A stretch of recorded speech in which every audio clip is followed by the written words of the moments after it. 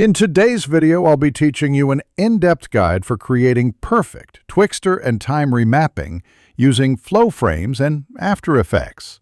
Here, I have my two clips imported onto my timeline. You should skim through it and select the part of the clip you feel has the most energy, or a specific movement that you wish to use.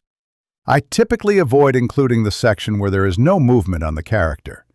There may be movement on the background or hair animation, but I do not want this in my edit. You'll get better at deciding which parts are best to use as you begin to Twixtor more clips. You should pre-compose these. I do this so my keyframe shortening script can function without errors. Open time remapping by pressing Ctrl+Alt+T. Now you should remove dead frames. So you will need to place a keyframe on every unique moving frame. The main focus is to place one every time the character's body moves. Sometimes there will be movement on hair or in the background. Without a body movement, you should avoid placing a keyframe on those frames. This will provide the best results. After all keyframes are placed, you need to move each one next to each other, so that every frame you skip forward has a continuous motion. I have a script that auto-moves them for me and cuts my clip to the correct length to save time, but I did not show how to install it in this video. If you're watching on YouTube, then check the description for the script and read the text document for instructions on how to install it. You should pre-compose the clip and name it something simple. So when you've prepared all of your clips for interpolating them on Flowframes, you'll be able to easily batch export them inside After Effects. Do the same method for all of your other clips. Move all of your pre-comps into its own folder so we can highlight them all easily to add to render queue. You should render these using QuickTime 422HQ. Copy my settings on screen if you don't know how.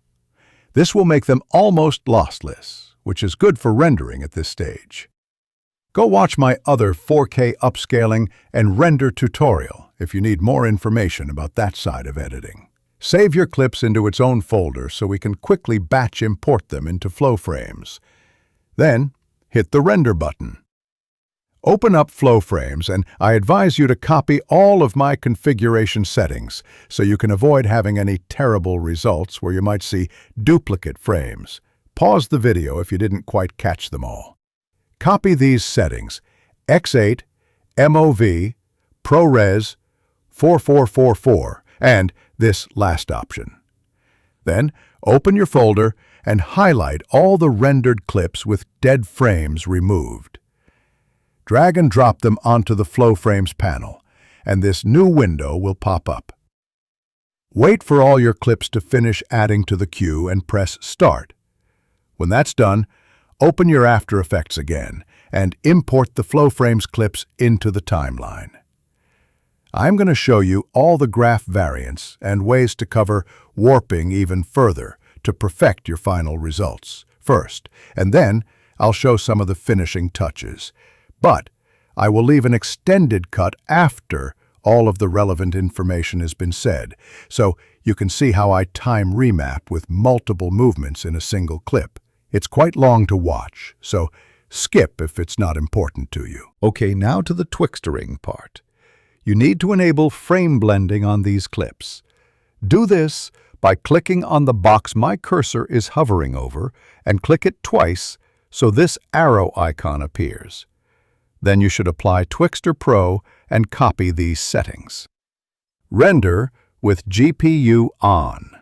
Uncheck the box that says In FPS is out FPS. Change the input frame rate to 191.808 frames per second, as this is how many frames that Flowframes generated for our clip.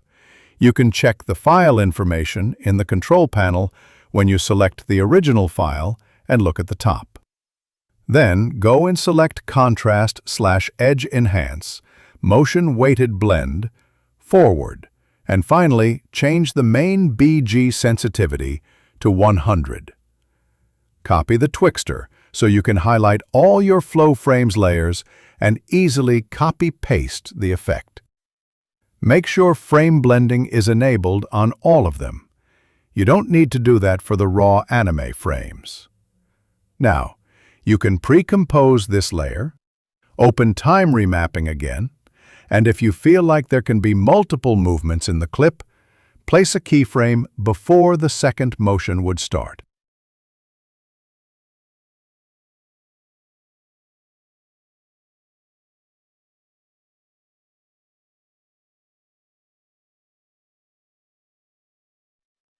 Now you can move the keyframes anywhere between your audio sync markers, even across 2 or more, depending on how much your clip will allow for. If you stretch it too far, then you'll get more problems. If you have a lot of movement in the clip, there will be more noticeable warping, which is harder to mask or hide. I decided to just keep 2 for this example, so it'll be a very simple motion, but my other one will have over 4 movements in the same clip. You can stay and watch that part later. I'm going to speed run a few of the graph examples for Twixtor that you might use in my flowchart. Feel free to use this or do it inside the graph editor. I use both, but when I really need to tweak the graph for the best movement, I go into the graph editor and manually drag the handles until it's something I'm satisfied with. Those 2 boxes under the graph editor are useful to zoom into the graph, so you can see and adjust it more accurately, or use the mountain icons to its left to zoom in and out, focusing on your timeline indicator or the blue line. Now, if you want to have some frames with faster and clean motion, which I recommend instead of just Twixtoring, so your clips can flow together smoother, and so you can Twixtor clips where the person may be fighting or turning their body so much that the frame jumps too far for a clean Twixtor, that's when you use frames from the DeadFrame pre-comp we made earlier. It's also used to mask areas that are warping. I'll show you more later in the video. These DeadFrames can be used at the start, middle, end, or in between multiple movements with fast body movements. Sometimes only 1 to 2 may be required. Use however many you feel is necessary and adjust your time remapping curve appropriately so that the transition from DeadFrames and Twixtor is a smooth motion. For the best result, try to find something that doesn't look too fast to the point it looks snappy. This will vary per clip.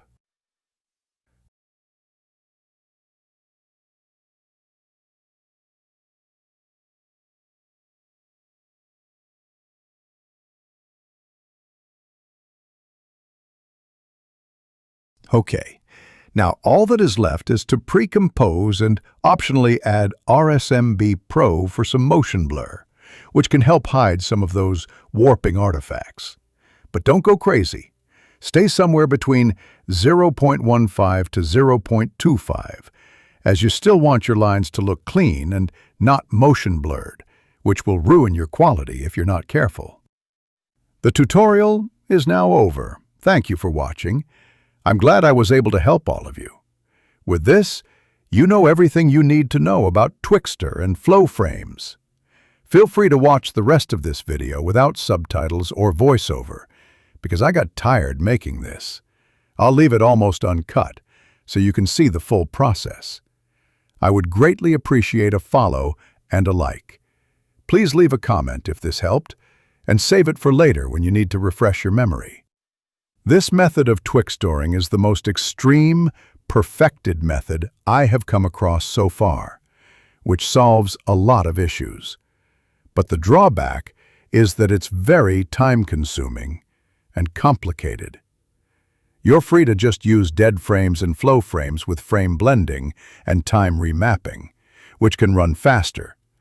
But results will slightly degrade the less advanced method of Twixtoring your clips get. But luckily, not every clip needs such advanced methods.